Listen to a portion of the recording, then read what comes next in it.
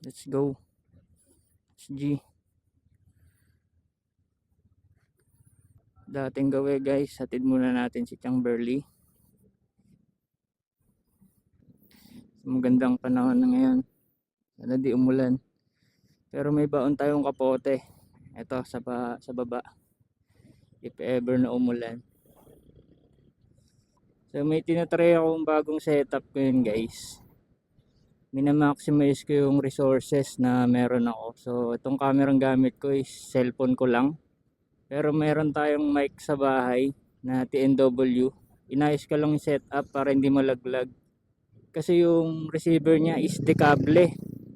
Wala tayong wireless. So inipit ko lang siya sa strap ng cellphone holder dito sa helmet para hindi malaglag. Tapos yung mic nasa loob ng helmet malapit sa bibig ko. So try natin kung goods yung quality.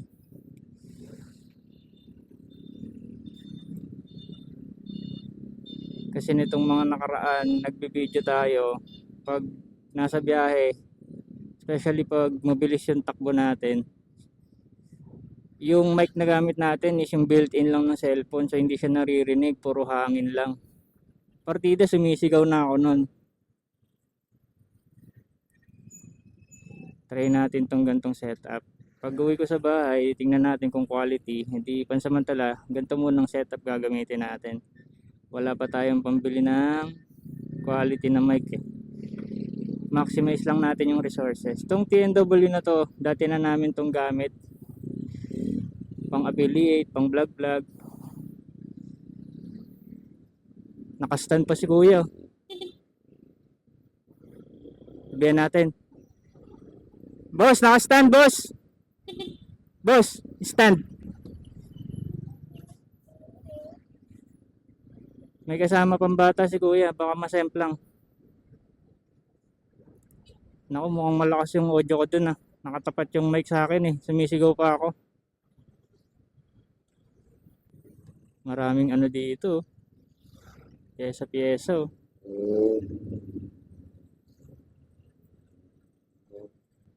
Yung receiver, all goods naman, nakaipit siya. Pero nasa labas siya ng helmet eh. Nila siya sa loob kasi yung kable ko maikli lang. Pero secured naman siya. Yung mic ko yung parang umuusog. Natatamaan kasi ng bibig ko eh. Okay, pasok ya. Dale.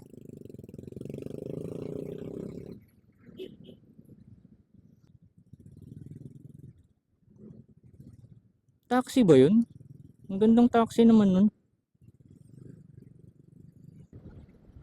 Pag uwi ko pala ng bahay, every after video, nagamit yung cellphone. Yung case ng cellphone ko, puro alikabok.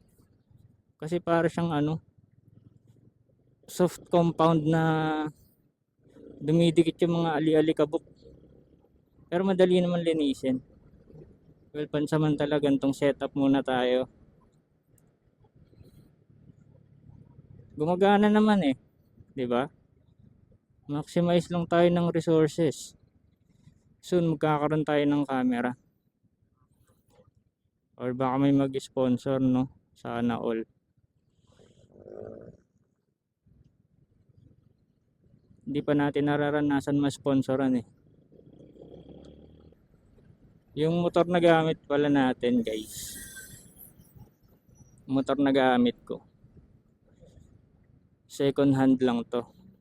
Bali hindi to brand new nung nabili natin. Galing tayo sa 125 na motor. Dati nanghirap lang ako kay Papa ng Mio 40. Nagpundar tayo ng sarili, Euro Marble 125. Nasa 2-3 taon din natin nagamit yun. Saka tayo nag-upgrade ng 155. Kaya na-appreciate ko yung gantong takbo ng motor. Kahit stock lang to, malaking upgrade sa akin to. Wala naman tayong balak kargahan. Pormahan pwede. Kaso mano-mano kasi lahat ng perang ginagastos natin dito galing talaga sa trabaho natin. Wala tayong other source of income. Well, sana soon sa pagbablog or pag-affiliate, 'di ba? Malaking bagay. Hindi pwedeng trabaho lang source of income natin.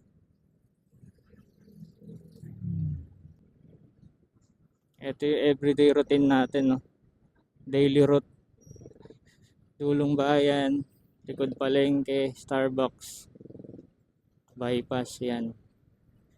Pero mas magiging maganda na yung ruta natin sa mga susunod na linggo kasi si Chamberlain is malilipat ng arena. Ang ganda ng daan doon. So medyo maganda-ganda yung kalsada. Masarap magpatakbo doon.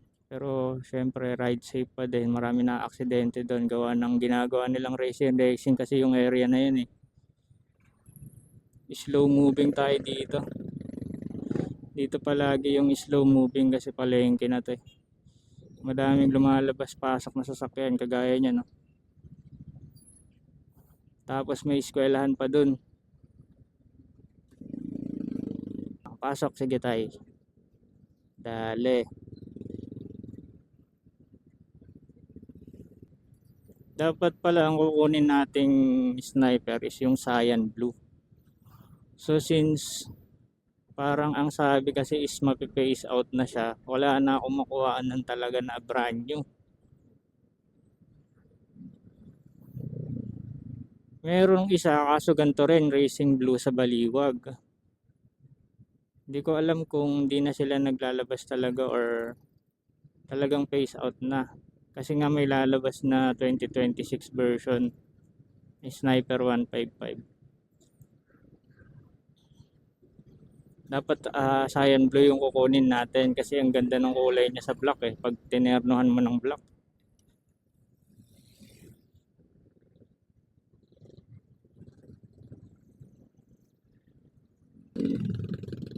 Dito na tayo sa bypass.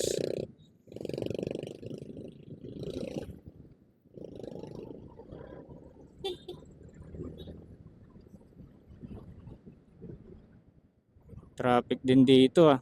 Ang daming dala ni tatay oh. Hirap talaga ng buhay. Hindi patas yung mundo. Cute ng baby nakatingin no. Hello! Parang kamukha ni James Reid to sabi no. Kahit naka-helmet tayo.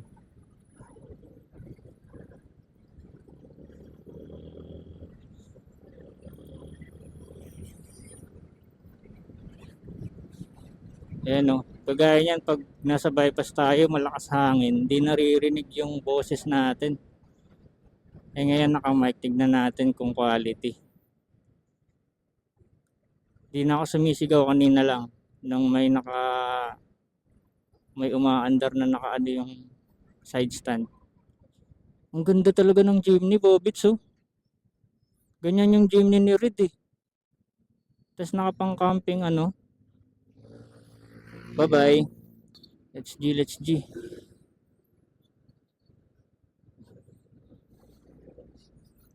So mag-isa lang tayo ulit.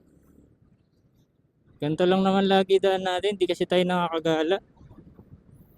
Trabaho bahay lang. Bihira kami magsabay ni Chamberlain. Minsan pag magsasabay kami ng off, di na rin kami makagala. Gawa ng laban na lang gagawin namin. Tapos tulog.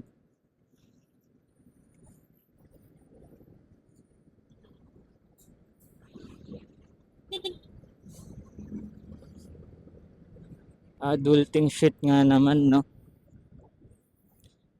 Kaya pala nung bata ako, panay ang patulog sa akin ng mga magulang ko. Kasi darating ang araw, wala na tayong oras matulog pare.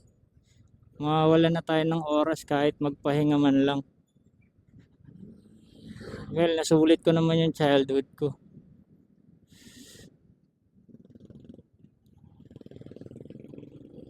Kasi gala tayo nung bata eh.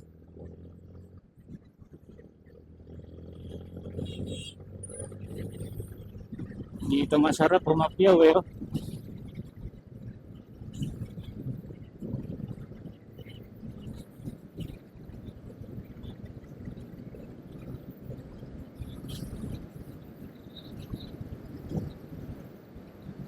Alright.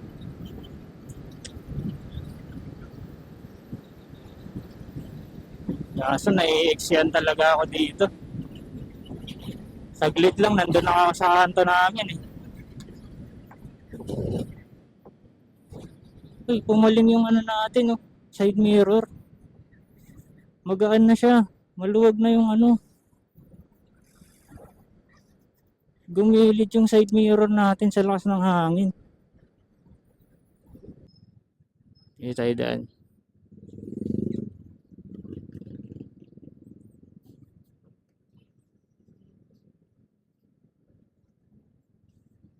Yung motor natin, all stock. Ang napapalitan ko pa lang dito is yung upuan. Upuan pa lang napapalitan natin. Puma na Puma Racing na air filter para sa Sniper 155. Tsaka Ataka Big Rad. Ayun pa lang napapalitan natin dito. Pero nung binili natin to, meron na tong clutch lever, brake lever din sa kanan. Tapos naka-ready yung bracket niya sa likod, pang top box. Tapos may step grill na rin to, ito yung binili natin. Ayun pa lang naman. Pero tinanggal ko yung bracket sa may likod. Na grab bar delete tayo pero wala pa akong cover na nabibili. Eh nagagamit naman natin umaandar. Hapyaw-hapyaw lang tayo ng upgrade. Munti ka na si kuya. Munti ka na, dumidikit na sa kabilang linya.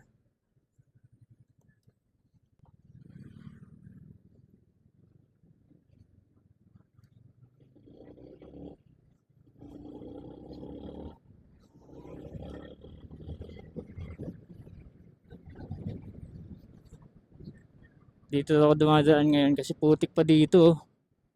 May mga putik-putik pa eh. Sayang naman linis ng motor. Check natin kung quality yung audio natin.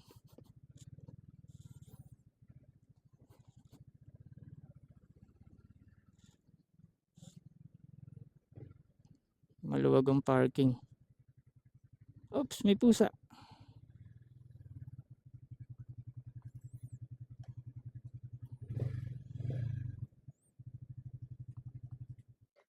All goods.